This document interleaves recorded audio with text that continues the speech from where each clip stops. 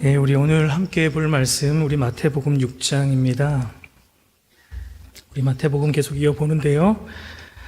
마태복음 6장 19절부터 24절까지 우리 하나님 말씀 함께 우리 상고하도록 하겠습니다.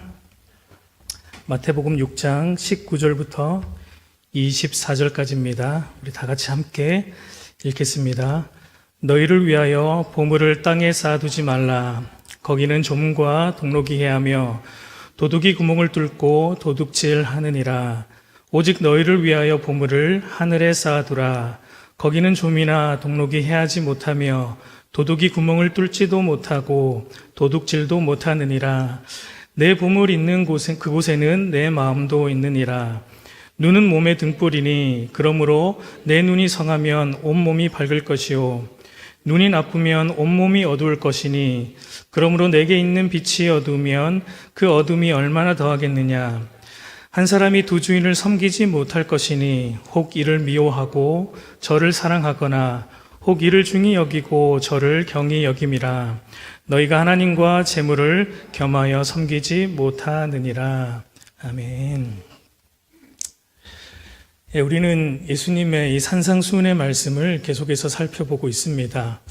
여러분, 오늘로 이 산상수훈이 36번째 우리가 함께 살펴보게 되는데요. 이 많은 시간 다루고 있기 때문에 아마 이미 다 아시겠지만 다시 한번 이 산상수훈의 전체의 핵심을 언급하고 시작하는 것이 오늘 본문을 보는데 유익할 것이라고 생각이 됩니다. 여러분, 산상수훈의 전체적인 핵심이 무엇이죠? 네, 하나님 나라에 대한 내용입니다. 우리 예수님께서 율법과 선지자를 폐하지 않고 완전하심으로 회복하여 우리에게 가져다 주신 하나님 나라에 대한 내용이 바로 이 산상수훈의 핵심이고, 그렇게 예수님의 십자가 구속과 성령 하나님의 거듭나게 하시는 은혜를 통해 하나님 나라의 백성이 된 성도는 어떤 존재인지, 그리고 어떻게 하나님을 예배하고 하나님을 섬기고 기도하고 어떤 모습으로 신앙생활을 해나가는지, 더 나아가서 이 세상 속에서는 또 어떻게 성도가 살아가게 되는지, 하나님의 백성으로 살아가게 되는지에 대한 하나님 백성됨의 아주 핵심 요약과 같은 것이 산상수훈이에요. 그래서 이 산상수훈의 말씀은 기독교 신앙의 입문서와 같다라고도 말할 수 있습니다. 여러분, 우리가 이제 보고 있는 6장에서는 하나님의 나라의 백성인 성도의 신앙생활의 영역과 그리고 세상 생활의 영역에 대해서 우리가 어떠해야 하는지에 대해서 계속해서 말씀해 주고 있는 내용이에요. 신앙의 영역이든 일상의 삶의 영역이든 성도가 살아가는 모든 삶의 뿌리가 되고 또 성도의 모든 삶을 움직이는 근간이 무엇이라고 여러분 우리 주님께서 말씀해 주셨습니까? 우리 6장 1절에서 그것을 얘기해 주고 있습니다. 사람에게 보이려고 그들 앞에서 너희 의를 행하지 않도록 주의하라. 그리하지 아니하면 하늘에 계신 너희 아버지께 상을 받지 못하느니라 라고 답을 해 주셨어요. 그럼 무슨 말입니까? 한마디로 사람 앞에서가 아닌 하나님 앞에서 모든 것을 생각하고 말하고 행동하는 것입니다. 코람데오적 삶이죠. 이것이 하나님 나라 백성인 성도의 모든 삶을 이끌어가는 대전제예요. 눈에 보이는 사람만 의식하고 우리가 말과 행동을 결정하는 것이 아니라 눈에 보이지 않는 하나님, 은밀한 중에 우리를 보시는 하나님을 항상 의식하고 나의 생각과 말과 행동을 결정하고 행하는 것입니다. 그래서 6장 이 전반부에서는 성도의 이 신앙생활, 특별히 이제 세 가지로 구제와 기도와 금식이라는 세 가지의 예를 들어서 사람에게 보이려고 하는 의도로, 그러니까 나의 의를 드러내려는 의도로, 사람이 주는 상과 칭찬을 드리려는 의도로 그렇게 신앙생활을 해서는 안 되고, 오직 은밀한 중에 보시는 하나님 앞에서 하나님 아버지께서 주시는 상을 바라고 하나님 아버지와 인격적인 이 친밀한 교제와 사귐을 목적으로 모든 신앙생활을 해야 한다라는 것을 말씀해 주셨습니다. 이제 그리고 나서 이제 주님은 이 하나님 앞에서라는 우리 기독교인들의 기독교 신앙의 대전제가 단순히 신앙의 영역에서만 그쳐서는 안 되고 세상 속에서도 우리가 살아가는 일상의 삶 속에서도 고스란히 그것이 적용이 되어야 한다라는 것을 이제 6장 후반부에서 말씀해 주고 있습니다. 우리 오늘 본문입니다. 우리 19절과 20절을 보면은 너희를 위하여 보물을 땅에 쌓아두지 말라. 거기는 좀과 동록이 해하며 도둑이 구멍을 뚫고 도둑질하느니라. 오직 너희를 위하여 보물을 하늘에 쌓아두라. 거기는 좀이나 동록이 해하지 못하며 도둑이 구멍을 뚫지도 못하고 도둑질도 못하느니라 라고 말합니다. 여러분, 주님께서 두 가지의 명령을 주고 있는 것을 우리가 보게 돼요. 하나는 보물을 땅에 쌓아두지 말라는 이 부정형의 명령이고, 다른 하나는 보물을 하늘에 쌓아두라는 긍정형의 명령이에요. 그런데 사실 이 두 가지는 하나의 명령이죠. 너희를 위하여 보물을 땅에 쌓아두지 말고 하늘에 쌓아두라는 하나의 명령입니다. 그런데 본문을 보면은 보물을 땅에 쌓지 말고 하늘에 쌓아두라는 이 명령의 말씀은 우리에게 주고 있는데, 그런데 본문 안에는 어떻게 하는 것이 보물을 하늘에 쌓는 것인지에 대해서는 구체적인 설명을 주님께서 사실 주고 있지는 않습니다. 그래서 사실 많은 이들이 이 본문을 좀 자의적으로 해석하는 경향이 있어요. 잘못 해석하는 경향이 있습니다. 대표적인 것은 마치 교회의 일을 위해 물질을 쓰고 교회의 헌금을 많이 하는 것은 보물을 하늘에 쌓는 것이고, 물질을 세상 일에 허비하는 것은 보물을 땅에 쌓는 것이라는 이런 해석이에요. 그래서 여러분, 그리스도인들은 세상에서 저축도 많이 하면 안 되고, 많이 하셨죠, 여러분?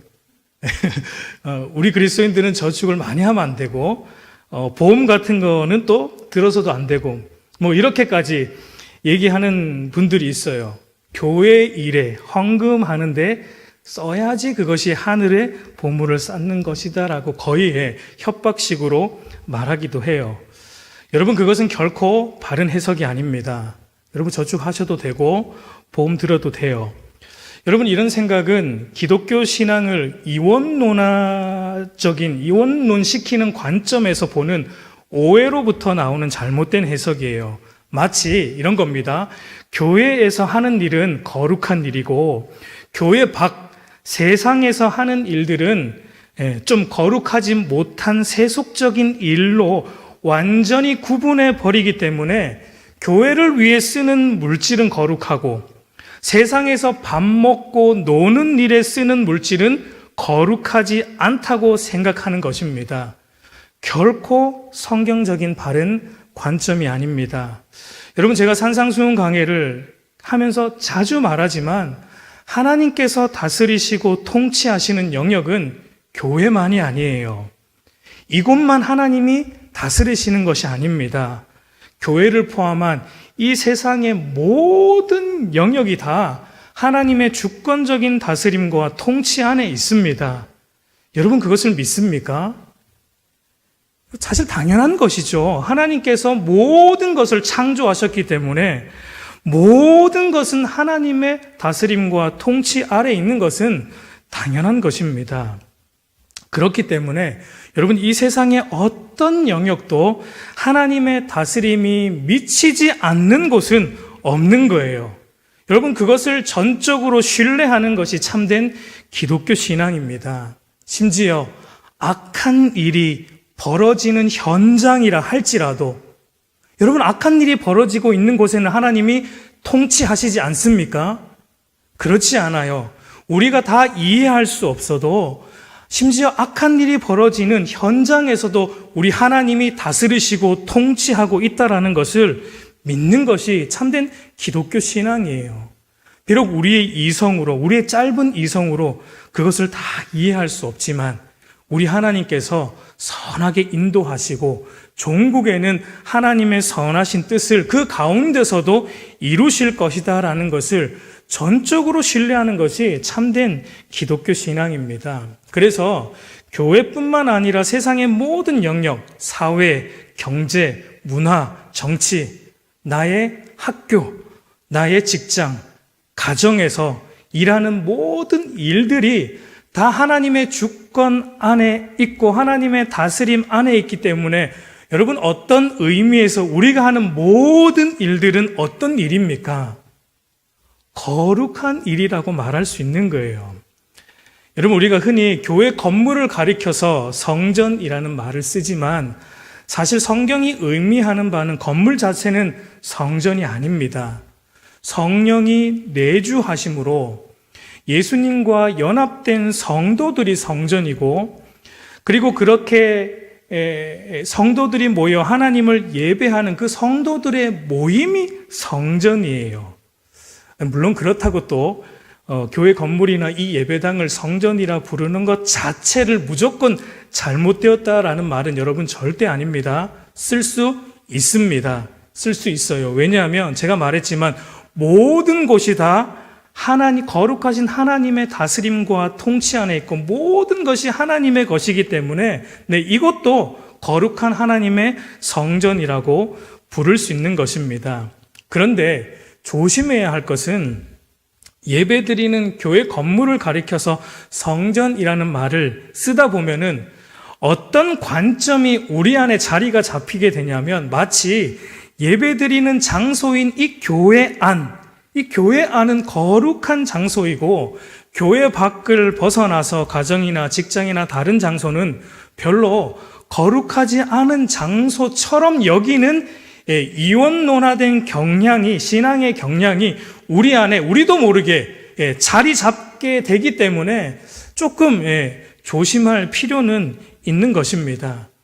모든 세계, 모든 나라, 모든 장소가 다 하나님의 거룩하신 하나님의 소유이고 하나님께서 다스리시는 곳이기 때문에 이 세상의 모든 장소는 다 하나님의 성전이라고 말할 수 있어요. 다 거룩한 장소라고 말할 수 있어요. 그렇기 때문에 여러분, 우리 하나님의 백성 성도는 어디에서든 무엇을 하든 모든 곳에서 하나님을 의식하고 하나님 앞에서 사는 것입니다. 아무도 안 보는 곳에서도 하나님을 의식하고 사는 거예요. 성도는 모든 장소를 다 거룩한 성전으로 여기며 살아가기 때문에 모든 곳에서 거룩하게 살려고 몸부림치는 것입니다. 여러분, 그렇게 살고 계시죠? 가정이 성전이잖아요. 가정에서 거룩하게 살려고 몸부림치는 거예요. 우리가 100% 그렇게 살 수는 없지만 몸부림치는 것입니다. 이것이 신앙과 삶이 분리되지 않은, 신앙과 삶이 하나인 참된 성도의 삶입니다. 여러분, 성경은 돈이나 재물, 물질 자체를 결코 악하다고 말하지 않아요. 돈과 재물도 하나님이 주시는 것입니다. 또한 우리가 물질을 소유하는 것도 결코 성경은 악하다고 말하지 않습니다. 여러분, 주님이 가르쳐 주신 주기도문 우리가 이미 다루었지만 4번째 강구를 보면 일용할 양식을 위해 기도하라라고 주님이 가르치셨어요. 우리가 세상을 살아가는데 필요한 돈과 물질, 기타 다른 필요품들을 우리 주님은 구하라고 가르치셨습니다.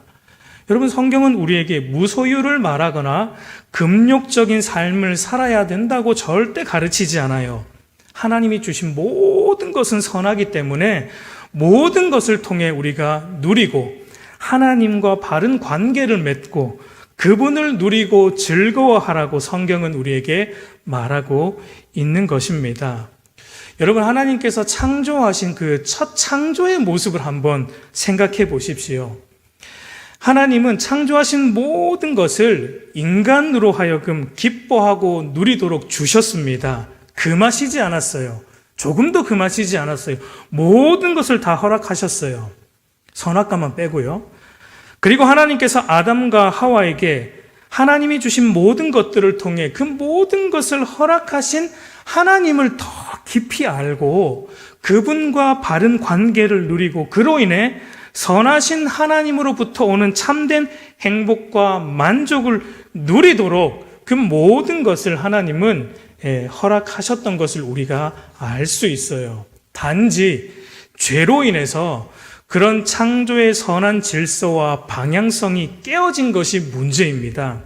하나님께서 하나님과 모든 창조 세계의 유익을 위해 주신 모든 것들, 하나님과 인간 사이의 유익과 행복, 인간과 인간 사이의 유익과 행복, 인간과 자연 사이의 유익과 행복을 위해 주신 모든 것들을 이제 죄로 인해 인간은 어떻게 됐습니까? 오로지 자신의 유익만을 위해 쓰는 이기적인 방향, 악한 방향으로 사용하게 된 것이 문제예요.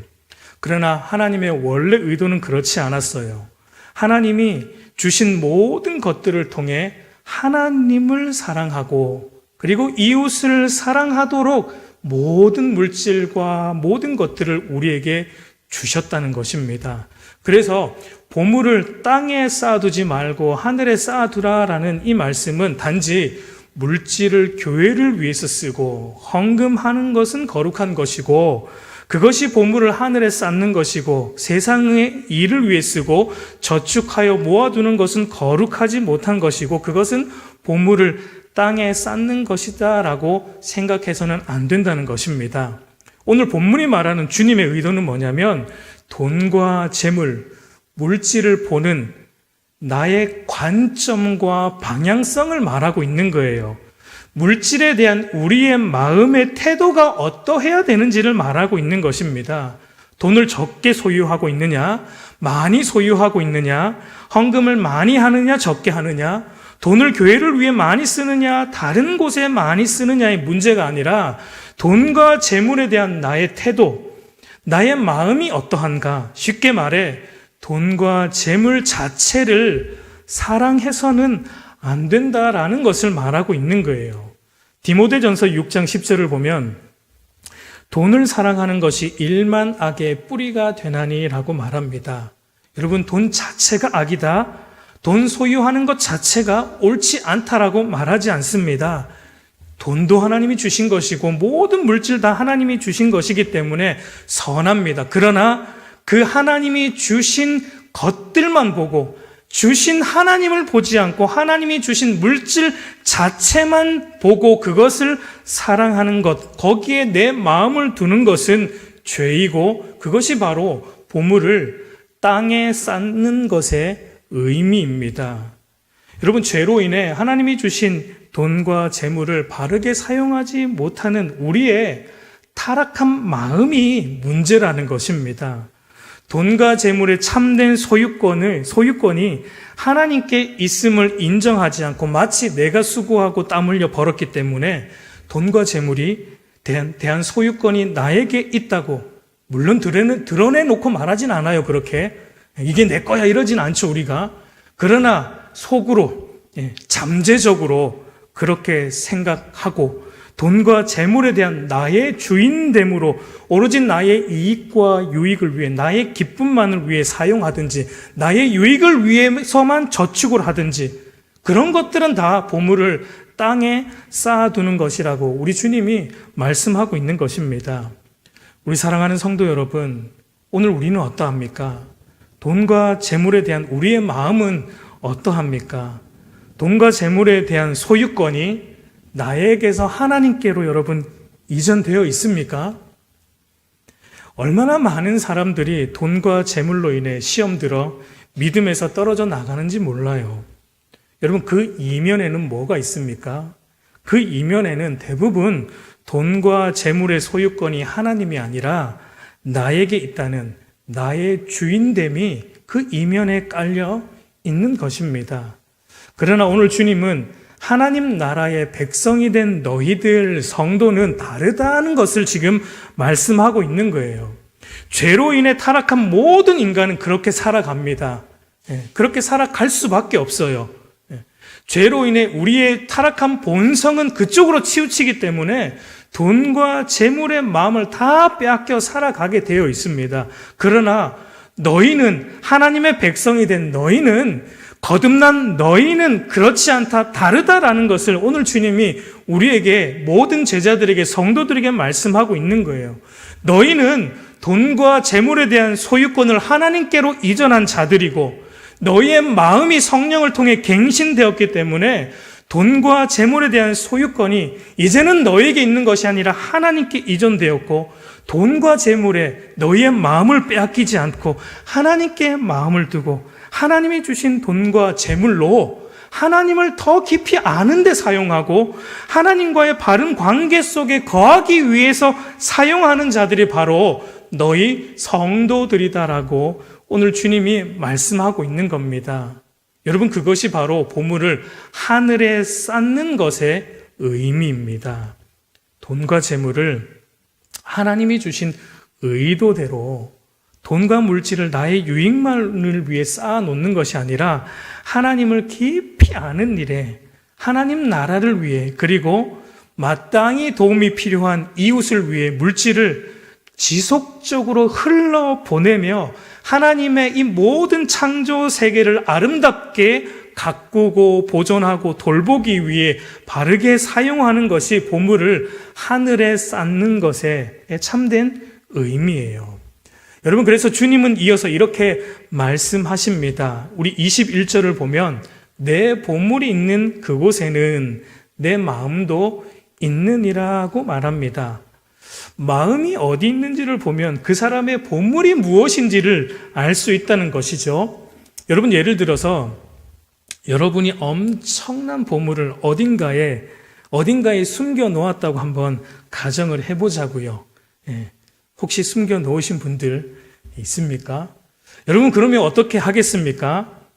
어떻게 할까요? 어마어마한 보물을 어딘가에 아무도 모르는 나만의 장소에 숨겨 놓았다고 하면 여러분은 어떻게 합니까?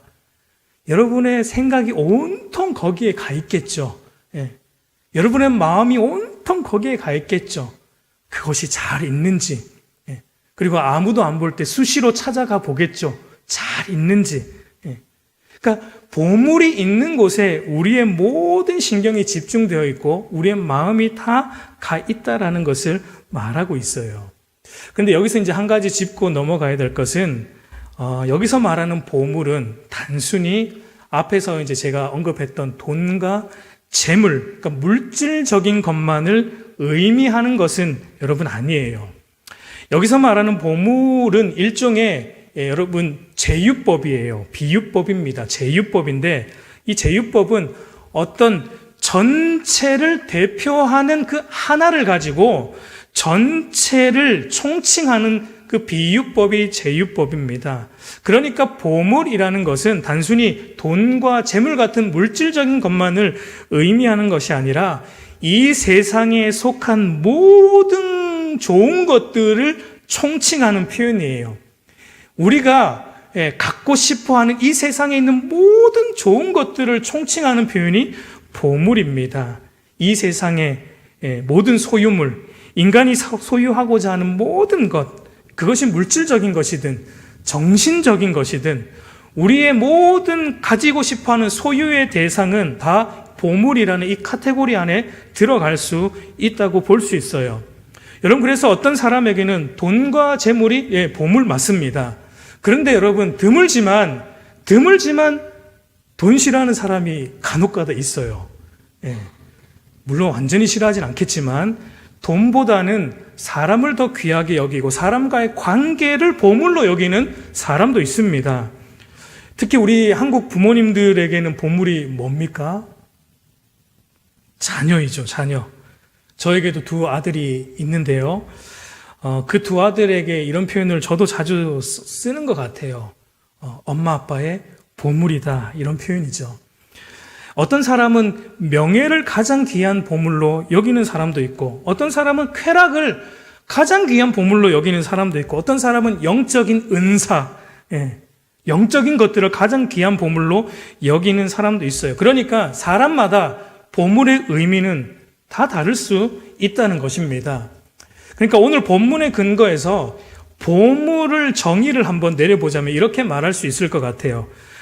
그 사람의 눈이 늘 가 있는 곳, 그 사람의 마음이 늘 가 있는 곳, 그 사람 마음 중심으로 늘 신경 쓰고 읽고 생각하는 그것이 바로 그 사람의 보물이라고 말할 수 있습니다. 그래서 아더 핑크 목사님은 보물을 이렇게 정의해 줍니다. 보물은 우리가 훌륭하고 소중한 것으로 여기는 것, 곧 우리가 신뢰하고 그것에서 특별한 기쁨을 얻는 것으로 장래를 위해 쌓아둔 것을 의미한다고 말해줍니다. 그러니까 한마디로 보물은 그 사람이 가장 가치롭게 여기는 것이고 그것으로부터 행복과 만족을 얻으려고 하는 그것이 바로 그 사람에게 보물이다라고 말하고 있어요. 그러니까 여러분 머릿속으로 무엇을 가장 많이 생각하는지, 여러분 하루 종일 뭘 가장 많이 생각하는지, 여러분 마음속으로 뭘 제일 신경을 쓰고 있는지를 한번 보십시오. 그것이 바로 여러분의 보물입니다.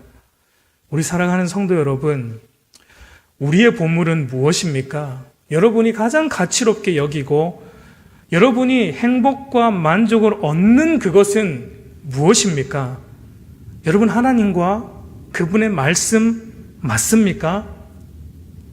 맞습니까? 아닌 거예요.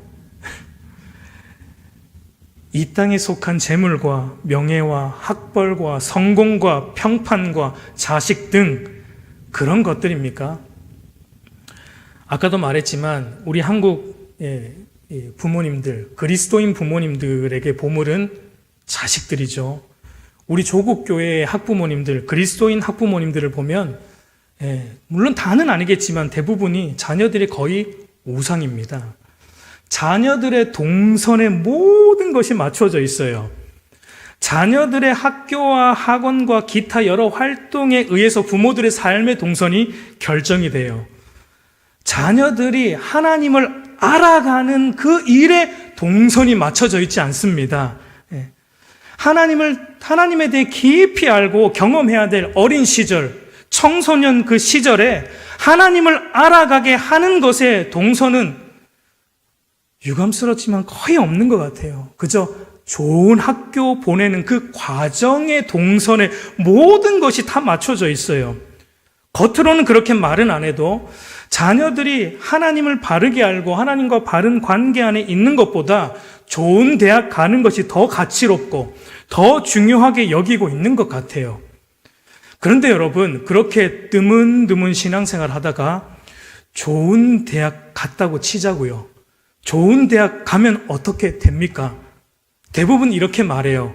일단 대학부터 보내놓고 그 다음에 교회 열심히 다니라고 할 겁니다. 여러분, 우리가 다 경험하지만 그게 됩니까? 그게 됩니까? 이미 마음이 세상의 것들에 다 빼앗겼는데 다시 신앙으로 돌아오는 것은 힘든 것입니다. 그렇게 가장 중요한 어린 시절과 청소년 시절에 하나님을 아는 동선에 머물지 않고 오로지 성공하는 동선에, 오로지 학벌과 스펙을 쌓는 동선에 머물러 있었기 때문에 신앙에서 마음을 다 빼앗겨 버린 것입니다. 여러분, 누구의 책임입니까? 부모의 책임이죠. 좋은 대학만 가는 것이 하나님 아는 것보다 더 중요하다는 인상을 말로는 하지 않았어도 인상을 심어준 부모의 책임입니다. 하나님을 아는 것보다 학벌과 성공이 더 가치롭다는 말로 안 해도 그런 인상을 심어준 부모의 책임인 것입니다. 여러분, 이처럼 보물을 땅에 쌓으면 어떻게 된다고 우리 주님께서 말씀하십니까? 오늘 말씀을 보지만 좀과 동록이 해하며 도둑이 구멍을 뚫고 도둑질한다라고 말씀하세요. 여러분, 좀은 우리가 다 알지만 이 옷을 상하게 하는 해충이죠. 벌레이죠. 눈에 보이지 않는 작은 벌레예요. 그러나 서서히 아무리 좋은 옷이라도 방치해두면 서서히 좀 먹어 옷은 상하게 되어 있어요. 그래서 여러분, 구약 성경을 보면 좀이라는 이 말이 사용되는 이 성경의 용례를 보면은 전부 어떤 내용이냐면 파괴하다라는 것과 연관되어서 이 좀이라는 말이 사용되는 것을 보게 돼요. 이 동록은 뭐냐면 녹이 쓴다는 의미입니다. 구약에서 동록이라는 말도 쓰이는 용례를 보면 부식시키는 행위와 항상 연관이 되어 있어요. 그러니까 한마디로 이 땅에 속한 것들, 우리가 보물로 여기는 이 땅에 속한 것들, 아무리 그것이 가치롭게 보여도 결국은 좀 쓸고 동록 쓸어서 상하게 되고 결국은 못 쓰게 되는 것들이다라고 우리 주님께서 말씀하고 있는 거예요.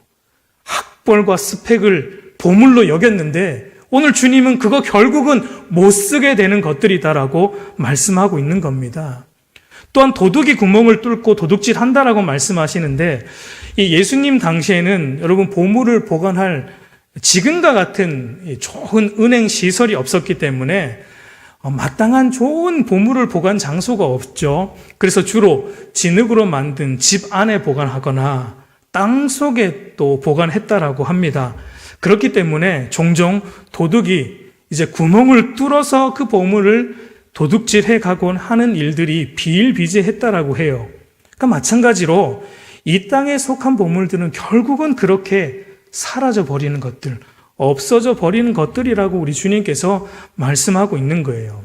아무리 그것이 나에게 가치롭고 나에게 행복과 만족을 주는 것처럼 보일지 몰라도 이 세상에 속한 보물들은 영원하지 않다라는 것을 말씀하고 있는 것입니다. 썩어서 없어지고 사라져 버릴 것들, 이 땅에 있는 보물들은 그런 것들이고 그런 것들을 보물로 삼고 있는 인생만큼 어리석은 인생은 없다고 말하고 있는 거예요.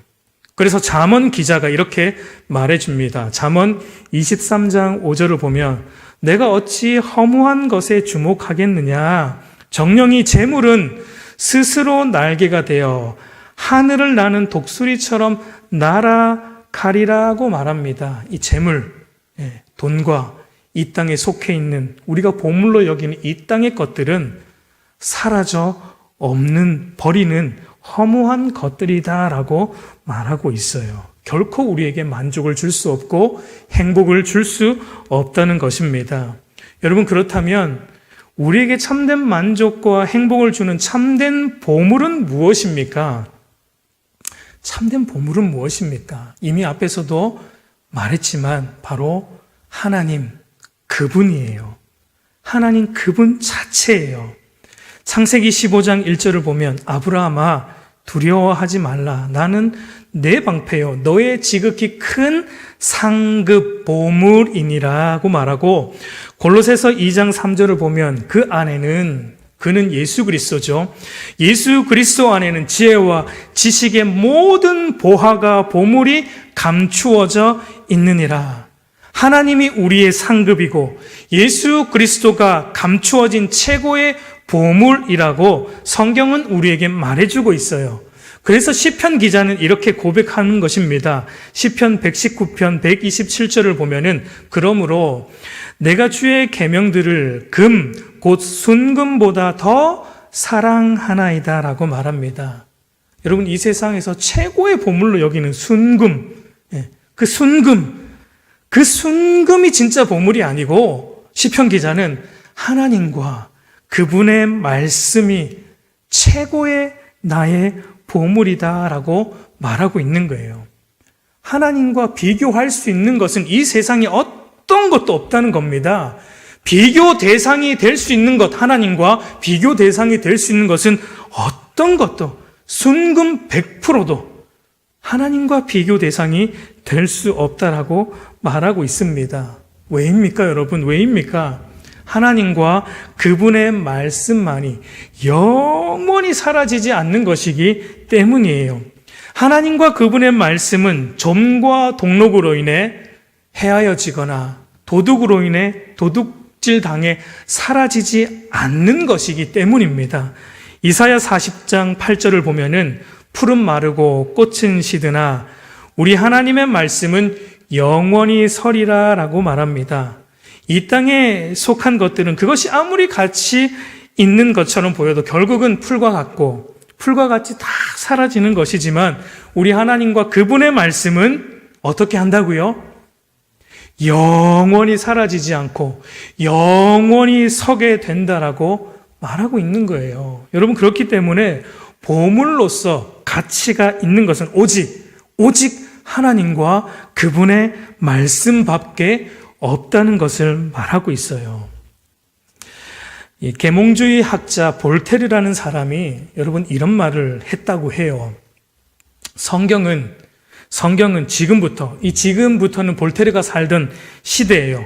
이 볼테르라는 사람이 1694년에 태어나서 1778년에 죽었으니까 요 시기를 말하겠죠. 예, 성경은 지금부터 25년 후에 없어질 것이고 기독교는 과거가 될 것이다. 그러니까 기독교도 사라진다는 얘기죠. 여러분, 그런데 재밌는 것은 그렇게 말했던 볼테르의 집이 어떻게 되었는지 아십니까? 볼테르의 집이, 그런 말을 했던 볼테르의 집이 지금 어떻게 되었는지 여러분 아십니까? 성경을 인쇄하는 성경 인쇄소가 되었다고 합니다. 여러분, 하나님의 기가 막힌 연출을 같아요. 무엇을 보여주시려고요? 하나님의 말씀은 사라질 것이고 기독교는 사라질 것이라고 말했던 그 사람의 집이 성경을 인쇄하는 집이 되었다는 것은 하나님과 그분의 말씀은 영원히 사라지지 않는 영원하다라는 것을 보여주기 위해 하나님이 일하신 것입니다. 그래서 우리 주님도 이렇게 말씀하고 있어요. 요한복음 6장 27절을 보면 썩을 양식을 위하여 일하지 말고 영생하도록 있는 양식을 위하여 하라.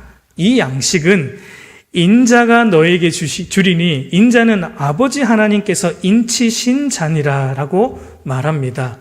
썩어 없어질 이 땅에 속한 것들에 목매어 살지 말고 영원한 양식, 영생을 주는 양식, 곧 인자, 예수 그리스도와 그분의 말씀을 위해 살라는 것입니다. 삼위 하나님과 그분의 말씀만을 유일한 나의 보물로 여기고 삼위 하나님과 바른 관계 안에 거하는 것이 나의 유일한 보물이고 나의 유일한 만족이고 나의 유일한 기쁨으로 여기며 하나님과의 바른 관계 속에 거하는 것이 그 무엇보다 가치롭게 여기며 사는 것, 그것이 바로 보물을 하늘에 쌓는 것입니다. 우리 사랑하는 성도 여러분, 매일 우리의 건강을 위해 썩어 없어질 우리의 육체를 위해서 각종 비타민을 우리가 챙겨 먹지 않습니까? 그런데 썩지 않는 우리의 영혼을 위해 영적 비타민은, 하나님의 말씀은 얼마나 챙겨 먹습니까? 요즘 저희 집사람이 저녁만 되면 비타민을 챙겨 주더라고요. 제가 하도 비실대서 그런가 봐요. 참 감사한 일이죠. 비타민과 각종 건강 보조식품은 우리가 매일 챙겨 먹는데 영원히 살게 하는 이 하나님과 그분의 말씀을 매일 챙겨 먹지 않는다면 여러분, 과연 하나님 나라의 백성, 그리스도인이라고 불릴 수 있습니까? 부끄러운 것이죠. 사라져 없어질 이 땅의 것들을 보물로 삼고 있는지, 영원하신 하나님과 그분의 말씀을 보물로 삼고 있는지에 따라 여러분 어떤 일이 일어나는지를 한번 보십시오. 22절과 23절을 보면 우리 다 같이 한번 읽어볼까요? 22절과 23절. 눈은 몸의 등불이니 그러므로 내 눈이 성하면 온몸이 밝을 것이요 눈이 나쁘면 온몸이 어두울 것이니 그러므로 내게 있는 빛이 어두우면 그 어둠이 얼마나 더하겠느냐라고 말합니다. 여러분, 눈은 우리 몸의 아주 작은 부분이지만 너무 중요하죠. 우리의 모든 행동에 영향을 주는 기관이 눈입니다. 눈이 무엇을 보느냐에 따라 우리의 행동이 결정이 돼요. 눈이 어디를 보느냐에 따라 우리가 가는 길이 결정이 됩니다. 눈이 너무 중요합니다. 흔히 여러분, 재물에 과도하게 집착하는 사람을 가리켜 이런 표현을 쓰지 않습니까? 재물에 뭐가 멀었다. 눈이 멀었다. 재물에 눈이 멀었다. 그 사람 눈에는 재물밖에 보이지 않아요. 그래서 오로지 재물을 버는 쪽으로만 갑니다. 모든 마음이 거기에 있기 때문에. 우리의 눈이 먼 그곳에 우리의 마음이 있고 우리가 가게 되고 우리의 삶의 패턴이 결정이 된다는 거예요. 돈에 눈이 먼 사람은 돈 버는 쪽으로만 가요. 명예에 눈 먼 사람은 명예를 얻는 쪽으로만 가요. 쾌락에 눈 먼 사람은 쾌락을 추구하는 길로만 갑니다. 사랑에 눈이 먼 사람은 그 사랑만을 쫓아갑니다. 그래서 여러분, 눈이라는 것은 달리 말하면은 삶의 가치관이라고 말할 수 있어요. 눈이라는 것은 다르게 말하면 우리의 삶의 방향성이라고 말할 수 있어요. 눈은 우리의 삶의 가치관을 결정하고 우리의 삶의 길을 결정하는 방향성입니다. 여러분, 철로 역정이라는 책을 보면 순례자가 자기가 살던 곳이 멸망의 도시인데 눈은 뜨고 있었지만 자기가 살고 있는 것이 멸망의 도시라는 것을 보지 못했어요. 그런데 거듭나고 나니까 내가, 그 사람이 자신의 마음을 어디에 두고 살았는지 그때 보기 시작한 것입니다. 썩어 없어질 이 멸망의 도시에 목매어 살았구나. 그래서 그 순례자가 어떻게 합니까? 드디어 믿음의 눈이 열리고 나니까 어떻게 합니까? 영원한 생명을 외치고 영원한 생명을 외치면서 하늘을 향하여 순례의 여정을 떠나게 되는 것을 우리는 보게 돼요. 이처럼 여러분, 눈은 삶의 방향을 결정하는 중요한 기관이에요. 영원한 하늘을 향하여, 영원한 천국을 향하여 가든지 아니면 썩어 없어질 멸망의 도시 이 땅을 향하여 이 땅에 목매어 살아가든지 두 갈래의 길에서 선택하고 결정하는 역할을 눈으로 보고 결정하는 것입니다. 우리 사랑하는 성도 여러분, 우리의 눈은 무엇에 멀어 있습니까? 썩어 없어질 이 땅의 것에 눈이 멀어 이 땅의 것들을 보물로 삼고 있다면 우리는 영적으로 아직 눈이 먼 자들이에요. 멸망의 길로 가고 있는 자들이에요. 그러나 영원한 하나님과 그분의 말씀, 그분과의 인격적인 사귐과 교제에 눈이 멀어서 모든 동선이 거기에 가 있고 그것으로 기뻐하고 만족하고 있다면 우리는 영적으로 눈을 뜨기 시작한 것입니다. 생명의 길로 들어서기 시작한 것입니다. 여러분, 두 길로 동시에 갈 수 없어요. 오직 한 길로만 가야 돼요. 그래서 우리 주님은 이제 오늘 본문의 결론으로 와서 내가 보물을 무엇으로 삼고 있느냐의 문제를, 지금 내가 보물을 땅에 쌓느냐 하늘에 쌓고 있느냐의 문제를 무엇으로 결론을 내리고 기결시키고 있는지 한번 보십시오. 바로 한 주인을 섬기는 것으로 결론을 맺고 있어요. 두 길이 아니라 한 길, 한 주인으로.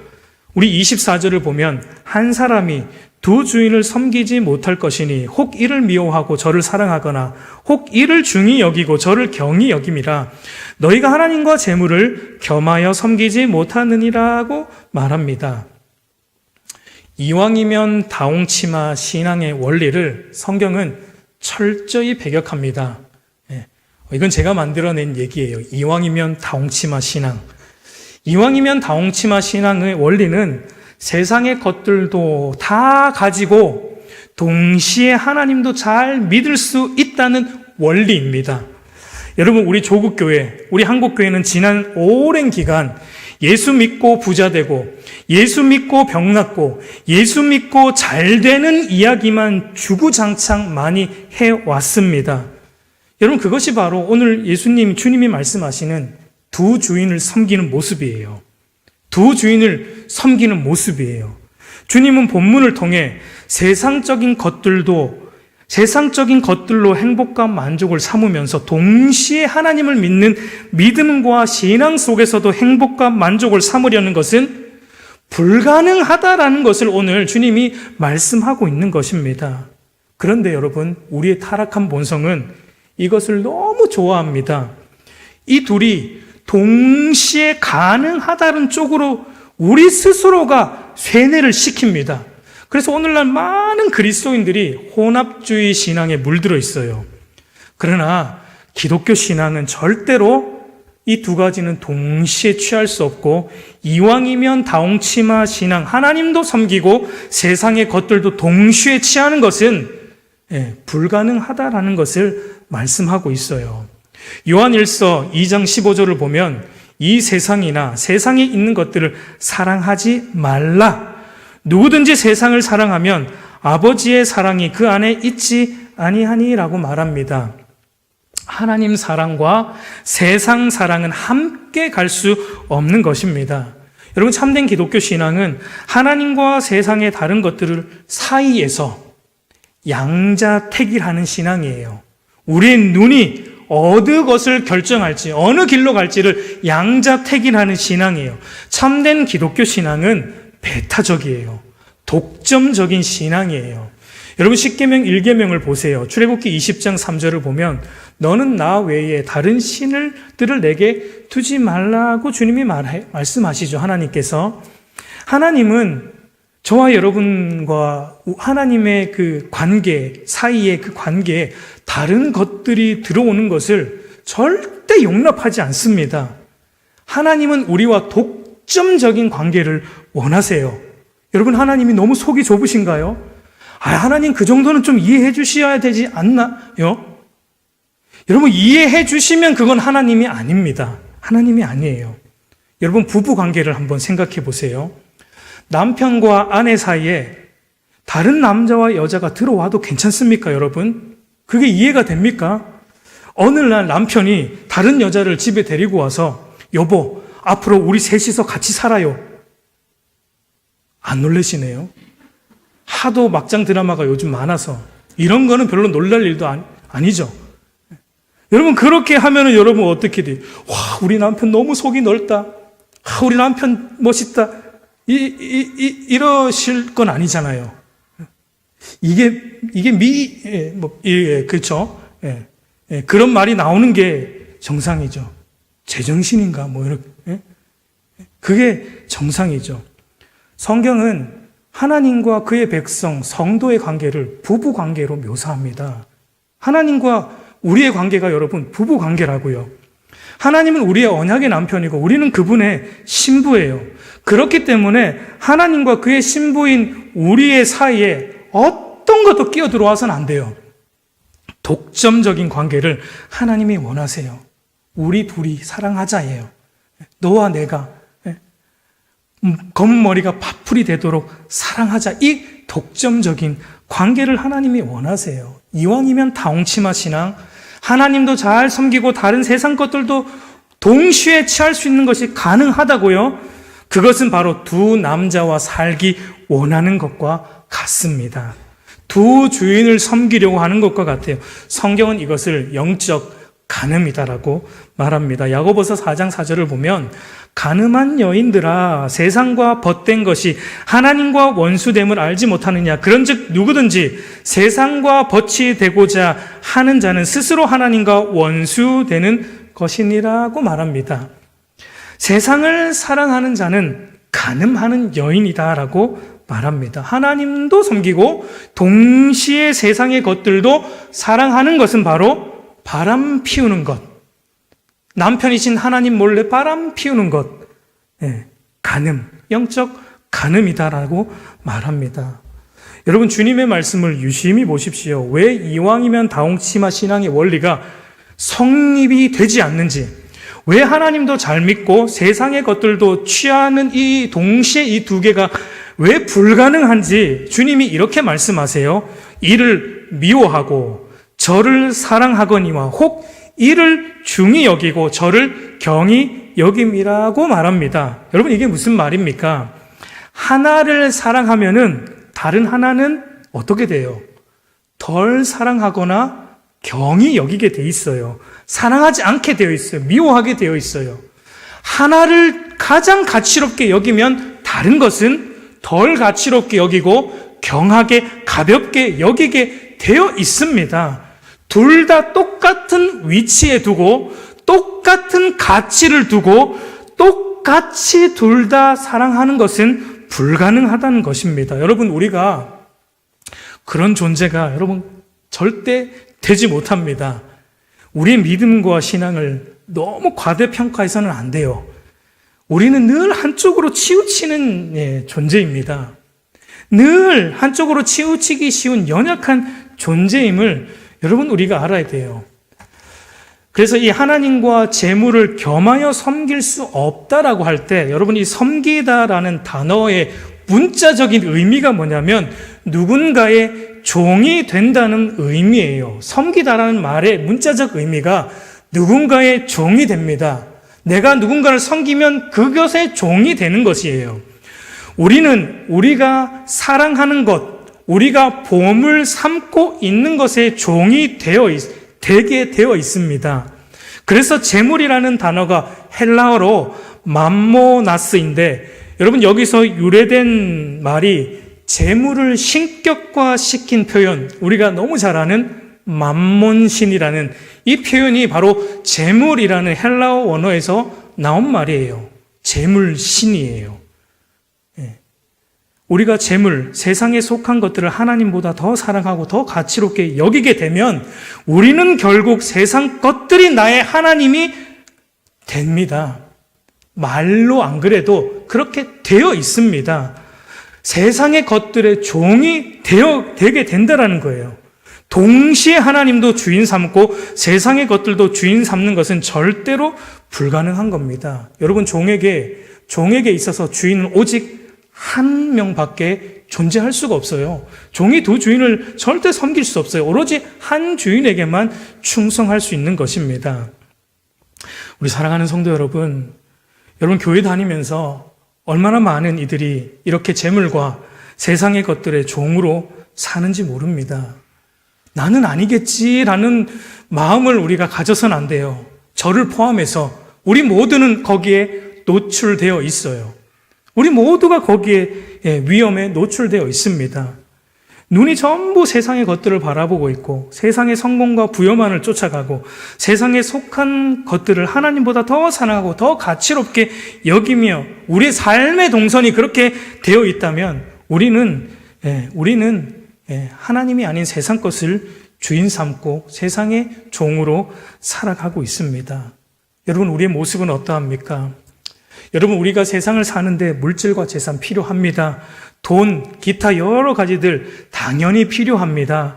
그런데 돈과 재물이 우리의 첫 번째 자리에 와서는 절대 안 돼요. 돈과 재물을 사랑해서는 안 돼요. 돈과 재물이 내가 가는 길을 결정하는 첫 번째 요인이 되어서는 여러분 절대 안 된다는 얘기입니다. 예를 들어서 한 청년이 직장을 결정한다라고 가정을 해보자고요. 연봉이 1억이에요. 연봉이 1억이에요. 안 놀라시네요.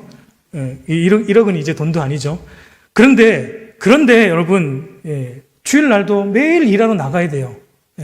매일 그렇게 바삐 일해야 되는 곳이에요. 신앙생활에 굉장히 걸림돌이 되는 직장이에요. 그런데 다른 한 곳은 연봉이 3천 정도 됩니다. 그런데 주 5일 근무에 주일은 쉬고 신앙생활 하는데 별로 걸림돌이 없는 직장이에요. 너무 극단적인 예입니까? 극단적으로 예를 들어야 확 와닿기 때문에 그렇습니다. 어쨌든 이 청년은 기독교 청년이에요. 기독교 신앙의 바운더리 안에 있기 때문에 고민을 할 겁니다. 어디로 가야 될까? 어느 것이 맞는 것일까? 전자를 선택한다면 돈과 재물이 가는 길을 결정하는 첫 번째 요인이 된 겁니다. 맘몬신에 굴복하고 종이 되기로 결정한 겁니다. 그러나 후자를 선택한다면 돈과 재물이 아니라 하나님과 바른 관계 안에 머무는 것이 자기가 가는 길을 결정하는 요인이 된 것입니다. 하나님을 주인 삼은 것입니다. 하나님의 종이 되기로 마음을 먹은 것입니다. 돈과 재물을 포함한 세상의 것들이 내가 가는 길을 결정하는 요인이 되어서는 절대 안 된다는 것을 제가 말하고 싶은 겁니다. 돈과 재물을 포함한 이 세상의 것들은 우리가 하나님과 사람을 섬기는데 사용하고 이용하는 수단이 되어야 한다라는 것이에요. 여러분 우리가 이것을 알아야 돼요. 그래서 바울이 이렇게 정리해 줍니다. 디모데전서 6장 17절과 19절 말씀인데요. 우리 다 같이 한번 읽어보도록 하겠습니다. 내가 이 세대에서 부한 자들을 명하여 마음을 높이지 말고 정함이 없는 재물에 소망을 두지 말고 오직 우리에게 모든 것을 후히 주사 누리게 하시는 하나님께 두며 선을 행하고 선한 사업을 많이 하고 나누어 주기를 좋아하며 너그러운 자가 되게 하라. 이것이 장래에 자기를 위하여 좋은 터를 쌓아 참된 생명을 취하는 것이니라고 말합니다. 여러분, 이것이 바로 하나님의 백성인 성도가 가져야 될 물질관, 재물관, 세상의 것들에 대한 성도의 마음의 태도의 압축이에요. 재물에 소망을 두지 말고 재물을 허락하신 하나님께 소망을 두고, 이 재물은 돈만을 말하는 게 아니라 그랬죠. 내가 가치롭게 여기는 어떤 것, 그것이 다른 것일 수 있어요. 사람일 수 있어요. 사랑하는 사람일 수 있어요. 거기에 소망을 두지 말고 오직 하나님께 소망을 두고 하나님의 선한 사업을 위해, 하나님과 이웃과 하나님 나라를 위해 물질을, 다른 것들을 흘러보내는, 그것이 바로 하나님의 백성, 거듭난 신자가 가져야 될 물질에 대한, 세상 것들에 대한 마음의 태도라는 것입니다. 사랑하는 성도 여러분, 이제 말씀을 맺겠습니다. 스스로에게, 오늘 이 밤에 스스로에게 여러분 자문해 보십시오. 나는 하나님을 위해서 물질과 세상 것들을 사용하고 있는가? 하나님과 그분의 말씀만이 나의 참된 보물로 여기고 있는가? 하나님과 그분의 말씀이 나의 삶의 방향을 결정하고 있는가? 아니면 물질을 위해 하나님을 이용해 먹고 있는가? 재물과 명예와 세상의 것들이 나의 삶의 방향을 결정하고 하나님보다 더 가치로운 보물로 여기고 있는가? 여러분, 어느 쪽입니까? 여러분, 둘 중에 하나의 길로 가야 합니다. 결코 두 길로 갈 수 없어요. 오늘 주님도 우리에게 이렇게 촉구하십니다. 열왕기상 18장 21절을 보면 엘리야가 모든 백성에게 가까이 나아가 이르되 너희가 어느 때까지 둘 사이에서 머뭇하려느냐? 여호와가 만일 하나님이면 그를 따르고 바알이 만일 하나님이면 그를 따를지니라 하니 백성이 말 한마디도 대답하지 아니하는지라. 여러분, 과거 이스라엘 백성은 하나님과 바알, 세상 사이에서 머뭇거렸습니다. 하나님은 엘리야 선지자를 통해 촉구하셨습니다. 한 길로 정해라, 선택해라. 그런데 이스라엘 백성들은 한 말도 대답하지 않았습니다. 여러분, 그러나 여호수아가 후에 이렇게 고백하죠. 나와 내 집은 오직 여호와만 섬기겠노라. 한치의 망설임도 없이. 여러분, 여호수아라는 이 이름, 좌슈아, 그리고 이 여호수아라는 이 이름이 신약에 와서 누구의 이름이 됩니까? 예수의 이름이죠. 우리 예수님이 이렇게 사셨어요. 오직 여호와 하나님만 섬기는 인생을 우리 예수 그리스도가 사셨고, 그 인생을 저와 여러분에게 오실 때 우리에게 가져다 주셨어요. 우리도 그렇게 살아갈 수 있습니다. 예수님과 연합된 성도는 이제는 오직 여호와 하나님만 주인 삼고 한 길로, 오직 예수 그리스도만을 따라가는 그 길로 가는 길로 오도록 우리 주님이 우리 안에 오셨습니다. 여러분, 됩니다. 그렇게 살아갈 수 있는 것입니다.